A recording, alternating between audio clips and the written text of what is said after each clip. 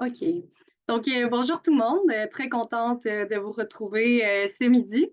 Je m'appelle Laura Fekino. Je suis analyste politique aux Ateliers pour la biodiversité. Puis, c'est moi qui va animer cet échange, ce panel ce midi. Donc, merci tout d'abord aux panélistes d'avoir accepté l'invitation à participer. Merci également à l'auditoire pour votre présence et aux personnes qui nous écouteront là, par la suite en rediffusion aussi. Puis, merci aux partenaires qui contribuent à la tenue de cette édition 2025 des dialogues pour la biodiversité. Donc, dans la programmation dans laquelle on s'inscrit, on est au deuxième événement des dialogues aujourd'hui, le deuxième de la programmation de cette année. Donc, nous tenons tout d'abord à souligner que les panélistes et moi-même aussi à l'animation se trouvent sur des territoires autochtones non cédés de différentes nations autochtones, donc vraiment en fonction de l'endroit où on se trouve, là, selon les panélistes et moi-même aussi, on n'est pas tout le monde aux mêmes endroits sur le territoire actuellement, mais on tient à le reconnaître tout de même. Et sinon, pour information, comme j'ai dit tout à l'heure, l'événement va être enregistré et puis il va être diffusé par la suite sur notre chaîne YouTube de Dialogue pour la biodiversité. Donc, nous vous invitons juste à garder votre micro fermé durant l'événement et afin qu'on puisse bien entendre les différentes interventions des panélistes autour de la table. Et évidemment, à la fin, vous pourrez l'ouvrir pour poser vos questions. Il y aura une période vraiment questions-réponses à la fin pour ça. Et aussi, si vous avez des questions en cours de route et vous voulez les écrire dans le clavardage, c'est possible aussi, c'est juste qu'elles seront répondues à la toute fin. Mais c'est possible de les écrire là, sans problème dans le clavardage. Donc, comme je dis, le présent événement s'inscrit dans les dialogues pour la biodiversité. Et puis, les dialogues pour la biodiversité, c'est quoi?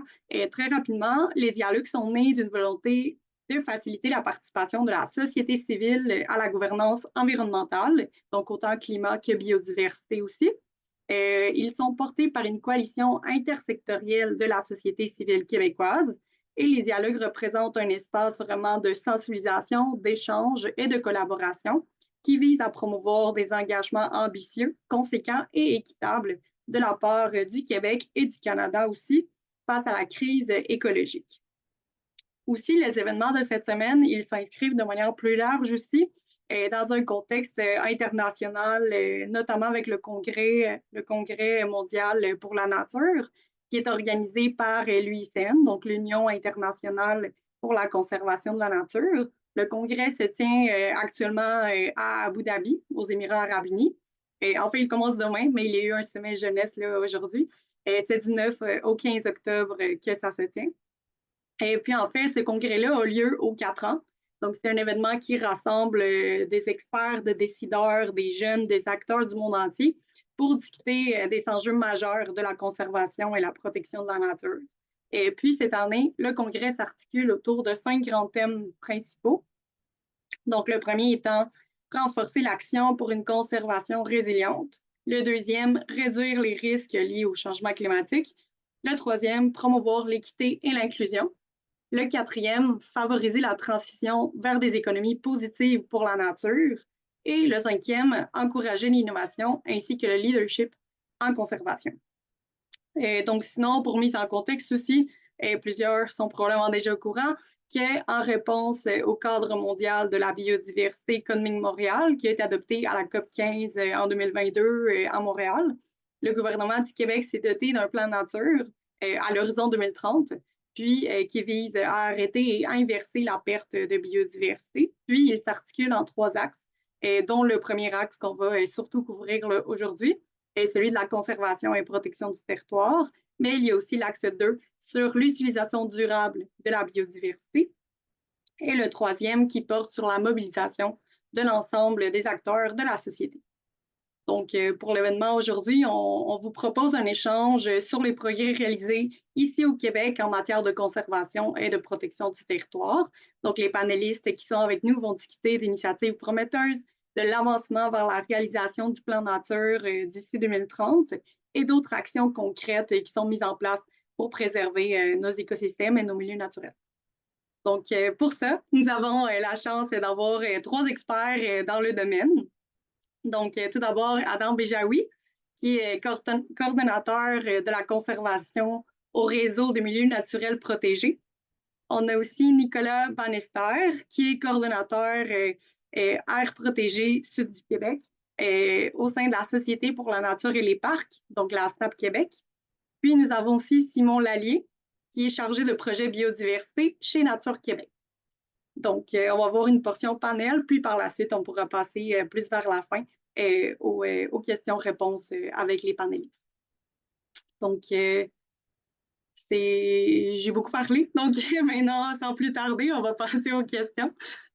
C'est pour les panélistes qu'on est ici. Donc, tout d'abord, je vous propose un petit tour de table pour savoir, selon vous, peu importe le type de territoire et son usage, est-ce qu'il est possible pour les acteurs québécois de contribuer à la protection de la biodiversité?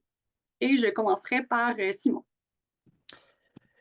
Oui, pour moi, c'est sûr que bien évidemment, tout le monde peut contribuer à la conservation de plusieurs manières. C'est pas un domaine qui est, tu sais, c'est pas un domaine exclusif à un club d'élite ou de spécialistes ou quoi que ce soit. C'est sûr que, bien évidemment, il y a ce qui se passe sur le terrain en conservation. Il y a la science qui y a derrière tout ça. Mais la conservation, c'est un travail qui est quand même très politique. Donc, c'est de la communication, c'est de la sensibilisation, c'est de la mobilisation citoyenne, tout ça. Puis c'est toutes les décisions qu'on prend chaque jour aussi en termes d'achat ou quoi que ce soit. Tu sais, ça peut aller quand même assez très loin. Donc, pas besoin nécessairement d'être propriétaire d'une terre, tu sais, d'une grande forêt, d'en faire un don écologique nécessairement pour contribuer. Ça va beaucoup plus loin que ça, évidemment. Fait que, tu sais, que la contribution soit directe, c'est-à-dire sur le terrain, ou indirecte, comme j'ai dit, tout ce qui est mobilisation, communication ou tout ça, les deux sont super importants, puis les deux sont complémentaires l'un à l'autre, je dirais, là. Merci. Ben oui, d'où les trois axes aussi du plan nature et même du cadre commun de Montréal qui couvre justement toutes les sphères de mobilisation possibles. Tout à fait. Adam? Oui, bonjour tout le monde. Donc, un peu dans le même sens que Simon, je pense que la protection de la biodiversité, c'est comme tout le monde peut s'impliquer. Nous, au RMN, on travaille beaucoup évidemment avec les organismes de conservation, mais l'initiative qui me vient en plus en tête, c'est l'initiative de corridors écologiques, l'initiative québécoise des corridors écologiques, où justement ça rassemble à la fois l'expertise des organismes de conservation, le milieu forestier, le milieu agricole, le milieu des municipalités. Donc, c'est comme un projet où vraiment il y a de nombreux acteurs, puis pas forcément des organismes de conservation experts en protection de la biodiversité, mais justement, ça permet d'impliquer tous les joueurs en fait de la société civile pour justement conserver la biodiversité. Donc ça permet justement de monter des projets où on prend en compte tous les enjeux d'un peu tout le monde pour permettre d'avoir justement pour permettre de mieux protéger la biodiversité. Donc, c'est assez intéressant de voir dans cette initiative-là toute cette collaboration qu'il peut y avoir aussi pour que justement tout le monde puisse se mobiliser pour la biodiversité. Excellent, merci beaucoup. Et Nicolas? Oui, ben, j'abonde dans le même sens que mes collègues panélistes. Tout le monde peut contribuer. Que ce soit un acteur du milieu environnemental, que ce soit un scientifique, que ce soit un citoyen. La mobilisation est super importante. La contribution à n'importe quelle initiative peut avoir un gros effet. On peut avoir un jardin pollinisateur dans le milieu d'une ville, c'est super important. Ça vient vraiment permettre de contrer la déconnexion de la nature. C'est une des causes majeures de la crise de biodiversité selon l'IPBES. D'un autre côté, les super grandes superficies qui sont visitées par plein de monde à travers le Québec à l'année longue. L'implication de bénévoles, de citoyens dans la conservation de ces milieux-là est aussi super importante. On l'a vu dans le cadre de l'appel à projet. Donc, la protection du territoire, c'est l'affaire de tout le monde. Merci. Puis là, ça fait quand même, pas énormément d'années, mais ça fait quand même quelques années qu'on a adopté le Code mondial. Par la suite, il y a eu le plan nature et ainsi de suite. Donc, depuis ces années-là, et même tout le travail qui a été fait en amont aussi dans les décennies précédentes, c'est quoi les avancées? En fait, quelles sont les avancées en matière de protection et de conservation du territoire au Québec qui vous semblent particulièrement prometteuses? Je commencerai avec Nicolas. Oui, il y en a tout plein là, qu'on pourrait nommer. Je pense que je vais m'attarder particulièrement sur justement l'appel à projet en terre publique, terre protégée dans le territoire méridional du Québec qui a eu lieu en 2024 et qui a encore lieu aujourd'hui. À travers cette initiative-là, il y a eu plus de 300 projets d'aires protégées déposés, ce qui est vraiment phénoménal. Avec tous ces territoires-là, on peut vraiment contribuer à l'objectif 3 du plan nature, donc d'atteindre 30% de conservation dans le milieu terrestre, mais aussi dans le milieu marin. Récemment, il y a eu des annonces d'agrandissement du parc marin du Saguenay-Saint-Laurent, du parc marin d'Anticosti-Mingan. Donc, c'est super intéressant. Il y a eu des dizaines de projets aussi déposés dans le milieu marin, ce qui est super intéressant. Puis en plus, il y a des super belles initiatives aussi au niveau scientifique qui viennent documenter l'importance des aires protégées à travers le Québec. Donc, leur contribution au niveau des changements climatiques, la captation de carbone.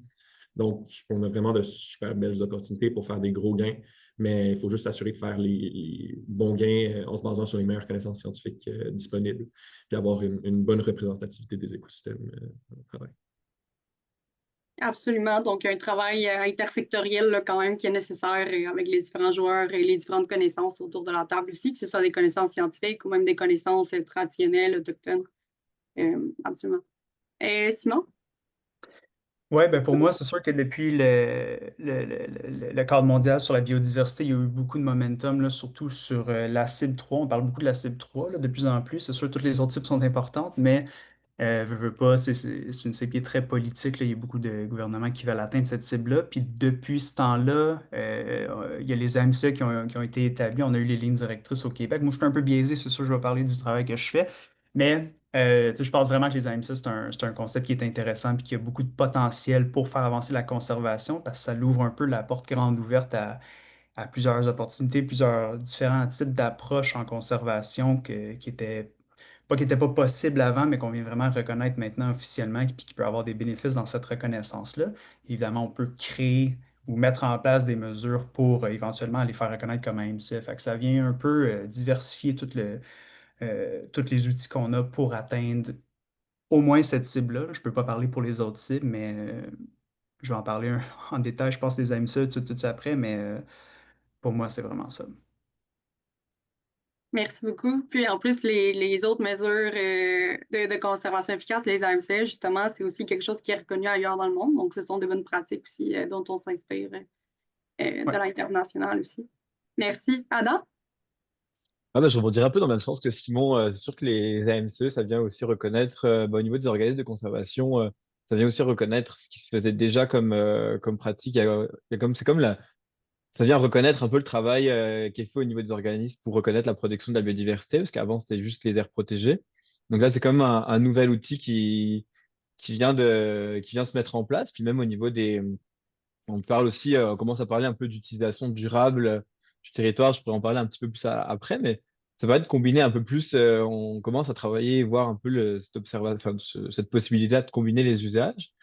Puis, je dirais aussi au niveau plus politique, il y a les orientations gouvernementales en aménagement du territoire aussi qui ont été, c'est sorti l'année passée, mais c'est mis en œuvre depuis le 1er décembre 2024 normalement. Donc il y a comme tous les plans d'aménagement qui vont être revisités un peu, qui vont être en cours justement par les aménagistes. Puis ces deux plans-là permettent justement, il y a deux orientations qui touchent justement à la connectivité du territoire, à l'utilisation des données du répertoire de nos milieux naturels pour justement essayer de mieux identifier où sont les milieux naturels protégés. Donc c'est comme aussi une grande ligne directrice qui viendra outiller davantage les municipalités à mieux comprendre leur territoire, mieux identifier leurs milieux naturels, puis justement mieux les protéger. Donc c'est quand même aussi un outil je dirais, qui est quand même quand même une belle avancée aussi au Québec. Donc ça va se mettre en place, on va être dans la mise en œuvre, mais c'est très pertinent. Merci beaucoup pour ce tour d'horizon à vous trois. Puis justement, en fait, vous travaillez tous les trois dans différentes organisations québécoises qui ont justement des pratiques prometteuses en la matière, dont on a mentionné quelques-unes. Mais on pourrait aller plus en détail encore dans ces projets-là. Donc, en commençant par Nicolas, est-ce que tu pourrais nous parler un peu plus particulièrement de l'initiative plein air de la SNAP Québec? Bien sûr, Laura. En fait, je vais revenir un peu en arrière dans le temps. Tout a commencé dans le cas de l'initiative plein air en 2021. La SNAP Québec débute son accompagnement de différents acteurs mobilisés grâce à un financement du ministère de l'Environnement. Essentiellement, le pari de la SNAP, ça a été qu'on savait qu'il y avait des acteurs mobilisés à travers le territoire qui voulaient voir des territoires qui fréquentaient protégés. Et donc, on visait à les soutenir dans la création de dossiers de demande de création d'aires protégées. Puis rapidement, le pari s'est avéré correct. Super rapidement, on a vu des maires, des mairesses, des citoyens, citoyennes, des groupes environnementaux, des groupes de plein air, même des communautés autochtones aussi qui sont venus nous voir puis qui ont répondu oui là, à l'appel pour demander un peu d'aide dans la création de demandes de dossiers d'aires protégées. On a fourni du temps et des ressources spécialisées à des groupes qui étaient motivés par la conservation. Puis, en quelques années, la SNAP Québec, elle a soutenu le dépôt de plus de 30 candidatures de projets d'aires protégées qui couvraient plus de 5000 km² à travers le Québec. Donc, on était vraiment très contents de cette conclusion-là. Quelques-uns des projets ont déjà obtenu des annonces d'intention qui totalisent à peu près 1000 km². Et les autres projets qui ont été développés ont été déposés dans le cadre justement d'appels à projets d'aires protégées en terre publique au Québec méridional. Ensuite est venue la prochaine mouture de plein air, celle qui est encore en cours actuellement, qui a débuté cette année, plutôt cette année. Et en fait, celle-ci, elle unit les forces des principales associations de gestionnaires de territoires publics au Québec. Donc, la Fédération des ZEC, la Fédération des pourvoiries du Québec, l'Association des parcs régionaux et la CEPAC. Et en fait, ce groupe-là, avec la SNAP, vise à conserver des milieux naturels d'intérêt à travers la province. Cette fois-ci, on mise non seulement sur des propositions d'aires protégées, mais aussi la reconnaissance d'autres mesures de conservation efficaces. Et essentiellement, je sais que Simon va en parler plus tard, mais les autres mesures de conservation efficaces, l'objectif premier du territoire n'a pas besoin nécessairement d'être la conservation. C'est souvent le cas dans le cas de ces territoires publics-là gérés pour des activités récréotouristiques qui ont souvent lien avec la faune, la chasse, la pêche. Donc, c'est quand même des outils super intéressants pour les gestionnaires de territoire. Donc, les outils permettraient vraiment de préserver la biodiversité, la qualité de l'expérience des visiteurs, empêcher les activités qui causent préjudice aux activités qui ont lieu en ce moment sur le territoire, puis en même temps augmenter la résilience des territoires au changement climatique. Ça assure une meilleure prévisibilité des activités sur le territoire. Ça permet de pérenniser l'accès au territoire aussi pour les différents utilisateurs. Puis finalement, ça permet même d'assurer une assurance pour les investissements là, qui ont fait les gestionnaires des différents territoires. Donc, cette initiative-là, elle est vraiment gagnante pour tout le monde. Puis, au-delà d'être gagnante pour les gestionnaires de territoire puis les gens qui travaillent en conservation du territoire, c'est aussi une super belle une opportunité pour contribuer à l'atteinte du 30 %. On parle de 30 000 km² au total, là, tous ces territoires fauniques-là, donc c'est immense. Ça va aussi nous permettre de démontrer à quel point les projets de conservation et de protection du territoire peuvent vraiment être bénéfiques pour tous et pour toutes, même les acteurs qui ne sont pas dans le milieu environnemental. C'est aussi des premiers projets d'un MCE au Québec en terre publique de grande superficie. Donc, c'est aussi des projets novateurs qui sont super intéressants, qui vont venir vraiment documenter comment on peut approcher les AMCE au Québec en territoire public à grande échelle, à grande superficie. Nous, dans notre rêve les plus fous, là, on aimerait vraiment ça, voir l'initiative prendre fin avec des projets d'AMCE qui sont transfédérateurs, des études interdisciplinaires sur les bénéfices des différentes aires protégées puis des AMCE, des différentes retombées socio-économiques, culturelles, vraiment venir créer une communauté pratique bien établie qui va au-delà de l'écologie, d'amener les différents secteurs aussi, par exemple, de l'utilisation du territoire, venir travailler avec la norme FSC, par exemple, venir travailler avec les différentes communautés autochtones qui sont sur le territoire. Donc, on veut vraiment bien établir une communauté pratique qui peut bénéficier tout le monde dans la protection du territoire. الساعة 12 أنا بنزل هيدا هيك. Oh, je pense qu'il y a le micro va. Excusez, je vais juste aller le fermer. OK, c'est bon. Merci beaucoup. Excusez, j'ai perdu une idée. Super belle initiative.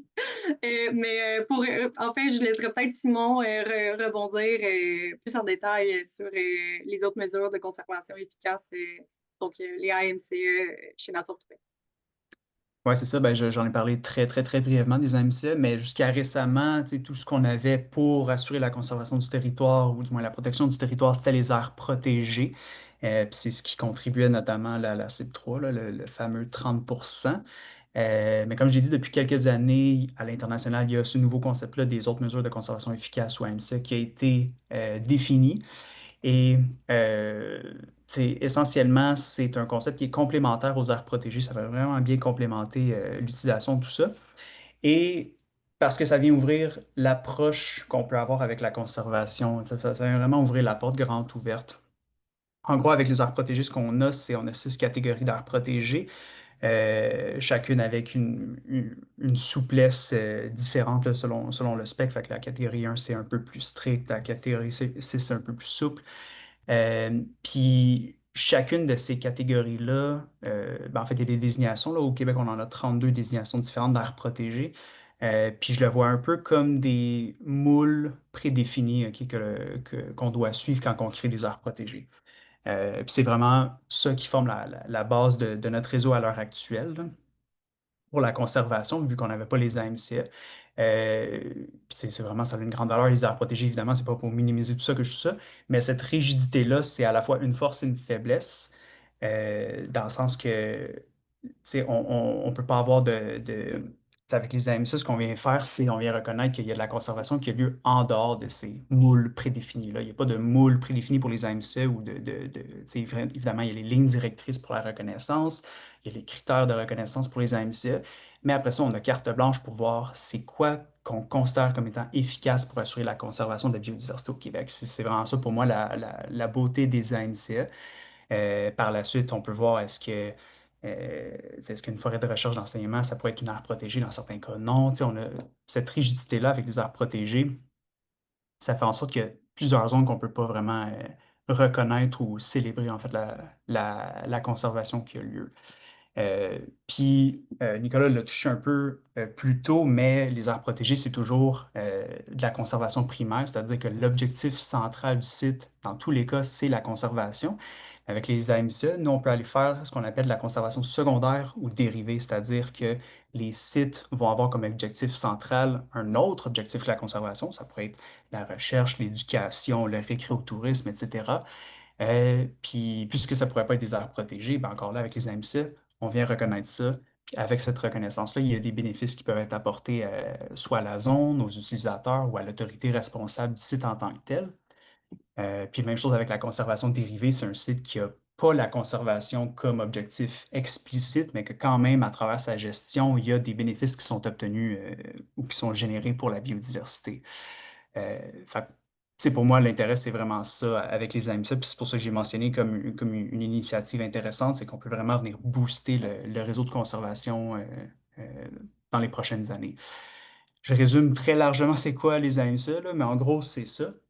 Puis à travers le projet de Nature Québec, ce qu'on a fait ou ce qu'on a tenté de faire, du moins le mieux qu'on pouvait, c'est d'établir, euh, en collaboration avec le MSSFP, une structure ou un encadrement pour faciliter la reconnaissance de zones à titre d'AMCF. Puis dans Nature Québec, ce qu'on fait spécifiquement, c'est qu'on offre un accompagnement pour toute partie prenante qui veut soit explorer le concept, mieux le comprendre, proposer un site à titre d'AMCA, puis après ça, on vous aide à construire votre demande, votre dossier par rapport à ça. Après ça, on analyse la demande, on fait des recommandations à l'attention du MSSFP pour voir est-ce qu'il manque des éléments, est-ce qu'il y a des petits points qui accrochent, quoi que ce soit. Au besoin, on va renforcer aussi la demande d'AMCA. Puis par la suite, c'est la MSSFP qui décide de reconnaître ou non les AMCA. Donc, en gros, c'est ça. Merci, super clair. Puis on retient vraiment que c'est une approche qui est complémentaire justement aux aires protégées, donc aussi qui ont été présentées. Puis ça vient s'adapter aux différents acteurs, aux différents contextes, différents usagers, là, si on veut, entre guillemets, de ces milieux-là. Donc, merci. Et puis, je poursuivrai avec Adam. Est-ce que tu pourrais nous parler un peu plus précisément du rôle des organismes de conservation, et comment leur rôle a évolué, c'est quoi, quels sont leurs leviers ou leurs freins aussi?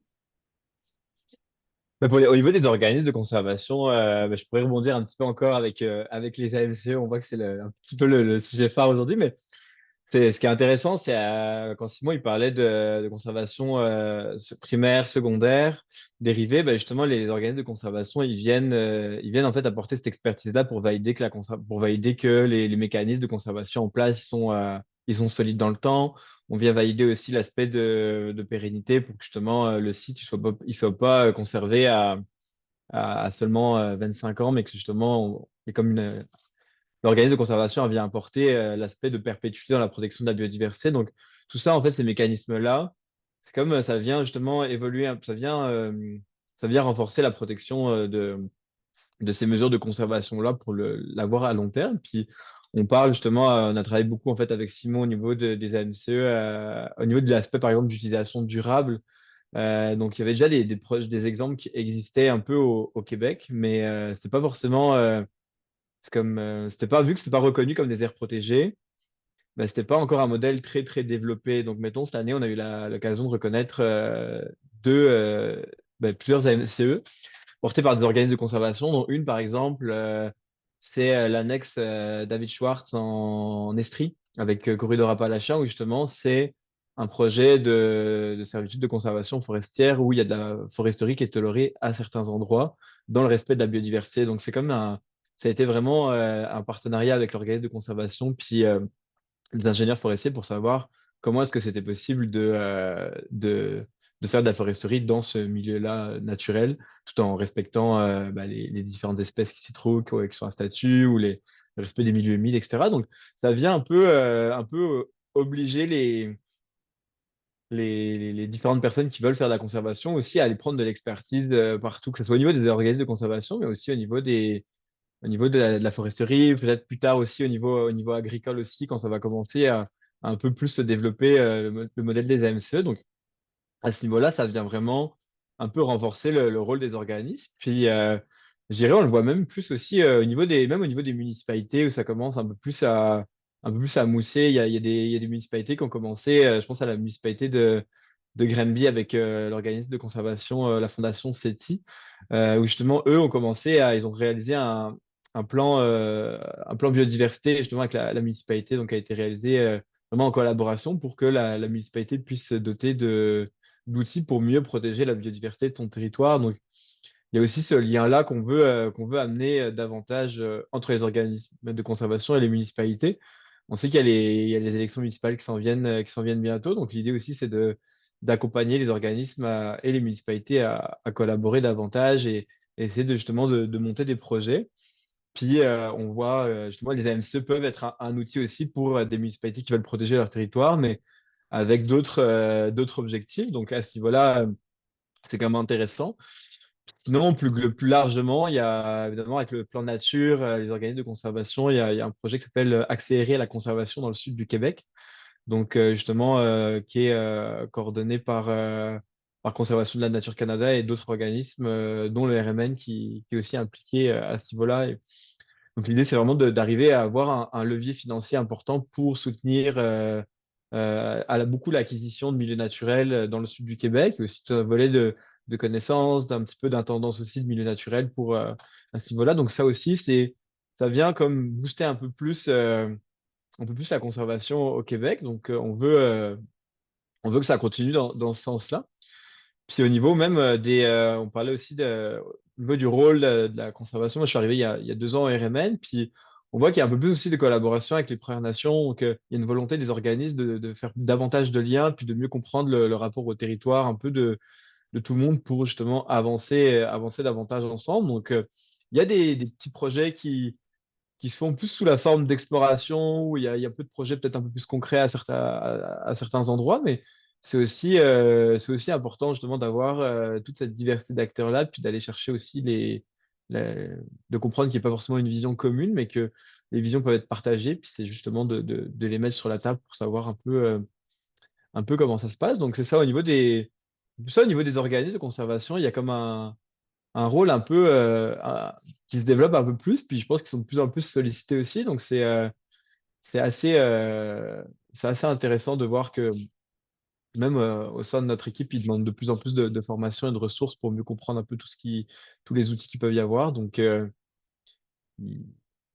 le rôle évolue, puis il faut les soutenir davantage.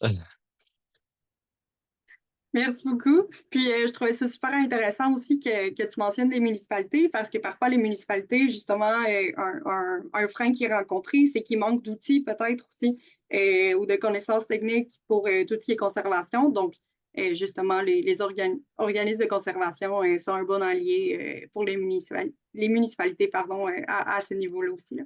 Donc, merci. Sinon, ben, évidemment, il y a des initiatives qui existent, là. On le constate notamment avec vous autour de la table, des initiatives des organisations environnementales en général, de conservation gouvernementale aussi. Puis, avec toutes ces initiatives-là qui sont sur le radar, est-ce que vous considérez que les efforts de protection avancent suffisamment vite pour atteindre les cibles du plan nature d'ici 2030? On sait que le plan nature a 14 cibles, donc il y en a qui ne touchent pas nécessairement à la conservation, mais vous avez bien fait le lien là aussi avec le fait que la conservation n'est pas que de la conservation, puis qu'il y a tout de même des liens à faire avec d'autres activités. Mais j'aimerais ça vous entendre et vous pouvez y aller plus au niveau des cibles conservation aussi là, du plan nature, sans problème évidemment. Simon? Ouais, c'est ça. Ben, comme je l'ai dit un peu plus tôt, moi, c'est surtout la cible 3 juste de par le travail que je fais. Puis, j'ai dit, on parle beaucoup de la cible 3, j'en suis coupable moi-même. Comme j'ai dit, toutes les autres cibles sont tout aussi importantes là, pour renverser le déclin de la biodiversité.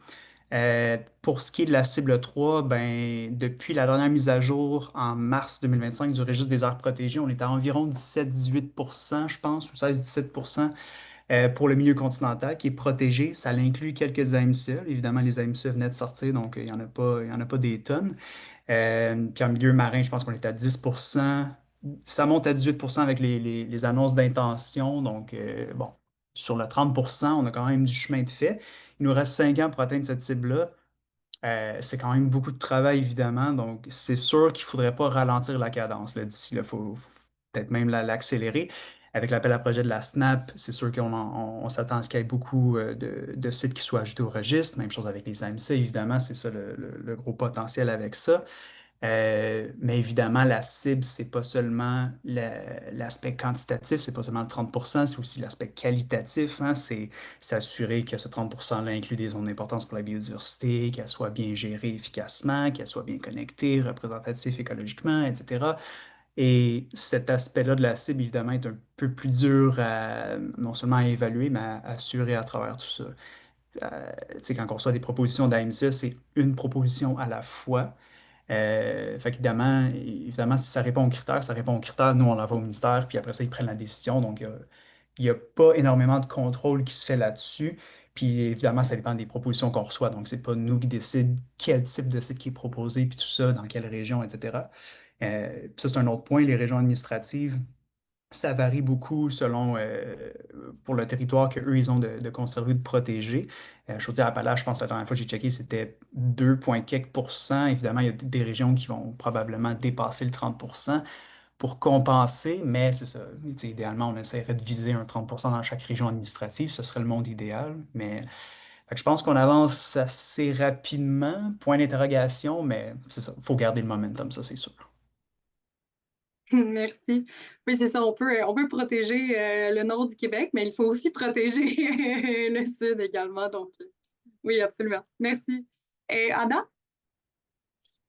Mais oui, je dirais un peu comme Simon, tu sais, quand je parlais de protéger le sud du Québec, bah, les organismes de conservation, eux, on travaille beaucoup en terre privatisée. Donc, c'est sûr qu'on va davantage chercher l'aspect qualitatif parce que justement, c'est là, en fait, dans le sud, c'est là où il y a la biodiversité la plus riche et c'est là aussi où elle est le plus menacée. Donc, du fait que le territoire soit fragmenté, du fait que ce soit beaucoup du territoire privatisé. Donc, à ce niveau-là, c'est vraiment là où le rôle de maintenir aussi de la connectivité entre les milieux naturels est important. Puis, le 30%, on va essayer de le voir avec justement certaines petites municipalités qui veulent s'engager ou à protéger 30% de leur territoire en disant, bah, nous, c'est ça notre territoire, on va essayer d'en protéger 30%. C'est sûr que on parle souvent de, tu sais, quand la SNAP parle de protection de territoire, ils parlent en kilomètres carrés, en des organismes de conservation, on parle plus en hectares. Je pense, à date, il y a 80 000 hectares de milieux naturels protégés dans le sud du Québec par les organismes de conservation.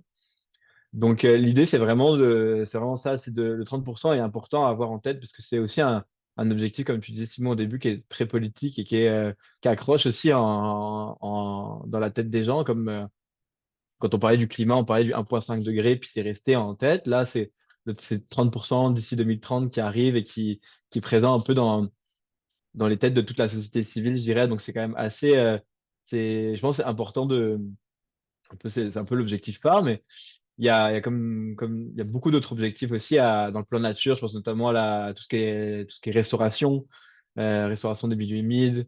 Il y a beaucoup de milieux naturels qui se dégradent aussi beaucoup. Donc, c'est aussi important de garder l'œil ouvert à ce niveau-là parce que eux, ils vont pas forcément s'ajouter dans le 30% parce qu'il faut les restaurer, qu'ils regardent, réobtiennent espèce une efficacité en termes d'écosystème pour redevenir en santé. Mais ça, c'est quand même intéressant de s'accrocher de pas s'accrocher justement à ce 30%, puis d'aller chercher un peu la qualité, de regarder aussi comment la biodiversité se déplace à travers des corridors écologiques pour que ce 30%-là, il soit efficace. Parce que si on protège 30% du nord du Québec, bah, la biodiversité dans le sud, elle n'aura pas un grand impact parce que les espèces remontent avec les gros courants migratoires à travers les corridors, etc. Donc, aller chercher voilà, cet aspect-là qualitatif, puis encourager aussi, ouais, tout le monde peut se mobiliser aussi autour du 30% au niveau comme je disais, au niveau des municipalités aussi. Oui, merci. Puis merci de soulever l'importance aussi que le 30%, effectivement, c'est une cible forte, là, sans doute. Mais c'est ça, il ne faut pas oublier non plus toutes les autres cibles, parce que si on conserve un 30%, puis que le 70%, il est géré un peu n'importe comment, puis que c'est un buffet libre, on n'est peut-être pas si avancé que ça en fin de compte, là. Donc, de penser à tous ces liens-là, parce que l'un a des impacts sur l'autre, là, absolument. Merci. Et puis, Nicolas, pour terminer. Oui, mais pareillement avec mes deux autres collègues panélistes, là, le plan nature, il se décline en 3 axes. Il y a plein de variables différentes à tenir compte. Je peux pas me prononcer sur l'entièreté du plan nature puis de chacune des cibles et des objectifs, là, mais si je m'attarde à la cible 3 là, de 30%, étant donné que c'est principalement celle-là dont on parle aujourd'hui, je pense qu'on a une belle mobilisation en ce moment. On l'a vu dans le cadre de l'appel à projet. On le voit dans le cadre d'autres initiatives là, pour la proposition d'AMCE du côté de Nature Québec, du côté de différentes municipalités, d'MRC qui s'impliquent dans la conservation de milieux naturels sur leur territoire aussi. C'est vraiment motivant. C'est vraiment très beau à voir. Mais encore une fois, là, c'est important de cibler les bons milieux. Je me permets de nommer une initiative, là, par exemple, qui est pilotée par Nature Québec puis la STAP, là, Naturalier.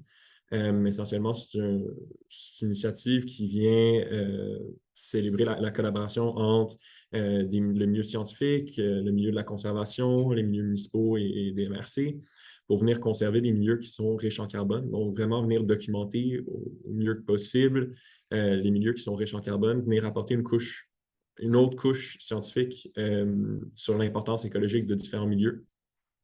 Parce que, comme on l'a déjà dit, là, c'est pas juste un 30% qu'on veut protéger, on veut protéger le bon 30%. Puis ça veut dire d'avoir une belle représentativité écologique, d'avoir des systèmes écologiques qui sont importants, puis de bien les protéger. S'assurer que toutes les parties prenantes sont bien représentées dans la protection du territoire. Ça ne peut pas juste venir d'une entité qui décide où protéger les territoires. Puis pareillement, là, la connectivité, c'est super important. Moi, j'ai une collègue qui utilise souvent le terme d'îlot d'extinction. Créer des aires protégées qui ne sont pas connectées à autre chose, ben, ce qu'on est en train de créer essentiellement, c'est des îlots où éventuellement c'est tellement fragmenté que les espèces qui s'y trouvent vont juste continuer à décliner puis éventuellement disparaître. Donc, il faut un réseau qui est intègre, qui n'est pas trop fragmenté, qui nous permet de conserver la biodiversité sur l'ensemble du Québec. Puis pour faire ça, ben, il faut l'implication de tous les acteurs locaux, régionaux, au niveau provincial, du milieu scientifique, donc vraiment tout le monde. Puis cette implication-là, dans le cadre de la cible 3, ben, ça va venir répondre à d'autres cibles aussi. Les cibles, elles sont interreliées. Là. Si je pense à protéger les espèces menacées ou vulnérables au Québec, ben, on ne peut pas y arriver sans aires protégées à MCE. Si on pense à la gestion durable, aux pratiques responsables, ben, pour ce faire, ben, il faut avoir de bons exemples. Puis quoi de mieux que de développer des exemples de gestion durable du territoire que par la protection du territoire. Donc, c'est important de développer ces outils-là, puis de se laisser influencer en même temps par ce qui se passe dans les autres cibles. Absolument, merci. Puis je vais retenir, je l'ai noté, îlot d'extinction, j'avais jamais entendu. Mais oui, puis en parlant justement des différentes parties prenantes, et là dans la salle, dans l'appel, il y a peut-être évidemment des gens d'organismes de conservation, mais il y en a peut-être aussi d'autres secteurs.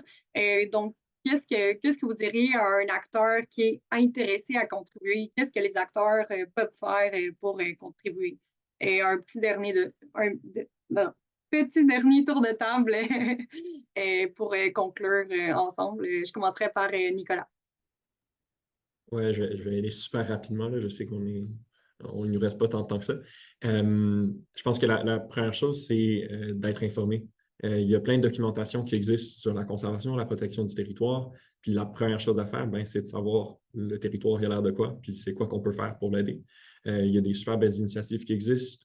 Par exemple, il y a lundi prochain une initiative qui a maintenant 10 ans, là, Grâce à la nature, où on est reconnaissant à ce que nous apporte la nature. Juste reconnaître ça, c'est déjà une première étape.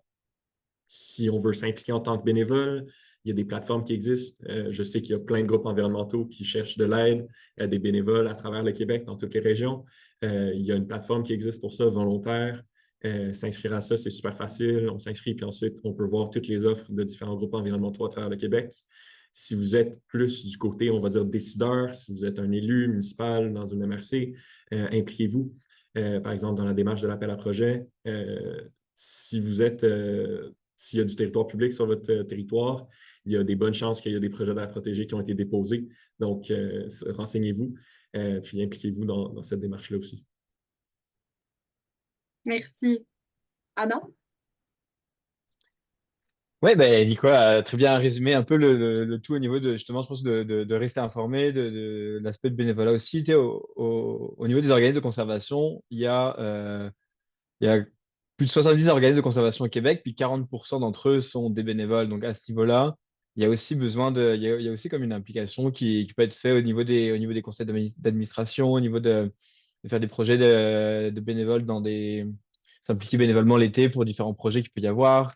Au niveau universitaire, il y a des stages aussi. C'est possible d'aller démarcher un peu des organismes pour voir un peu les possibilités qu'il y a à faire justement pour s'impliquer un été, pour voir un peu à quoi ça ressemble aussi de travailler en conservation volontaire au Québec. Donc, c'est comme des expériences qui sont aussi pertinentes. Puis, un peu comme disait Nicolas, au niveau des décideurs, peut-être avec les élections qui s'en viennent, les élections municipales, mais c'est quand même important de continuer de voir un peu la mobilisation municipale qui continue d'être présente. Il y a des beaux projets, je pense, pour aider les municipalités à être justement ambitieuses, notamment avec justement les encourager, les guider à avoir des plans ambitieux pour protéger leur territoire. Quand on parlait du 30%, ben, ça peut être intéressant aussi d'avoir cette mobilisation-là qui est présent. Donc, il y a quand même beaucoup de possibilités pour rester, pour s'engager. Puis c'est vrai que je pense qu'avant tout, c'est un peu repenser un peu à notre conscience du rapport à la nature que nous, on a, puis pour rester informé de savoir ce qui se passe et d'être conscient de ce qu'il y a autour de nous pour mieux l'apprécier et mieux le protéger. On protège ce qu'on aime, comme on dit. Exact. Merci. Et Simon, pour le mot de la fin. Oui, Nicolas, Adam ont super bien couvert tous les aspects de ce que les gens peuvent faire, là. Comme j'ai dit un peu plus tôt, c'est oui un travail scientifique, un travail de terrain, la conservation, mais c'est très politique. Allez parler à votre conseil municipal, votez pour un parti qui met la conservation de la biodiversité de l'avant, c'est ce genre de choses-là. Évidemment, c'est pas de la littérature scientifique qui manque dans le domaine de la conservation, mais on peut toujours avoir plus de mobilisation, plus de gens, plus d'argent aussi, évidemment. Donc, je vais m'en tenir à ça. Excellent. Ben, merci beaucoup à nos panélistes pour ce partage, puis un bon tour d'horizon aussi de où ce qu'on en est au niveau de la conservation au Québec. Donc, merci beaucoup pour ça. Merci beaucoup aussi aux personnes présentes. Je vais juste arrêter l'enregistrement pour qu'on puisse passer à la période de questions-réponses là,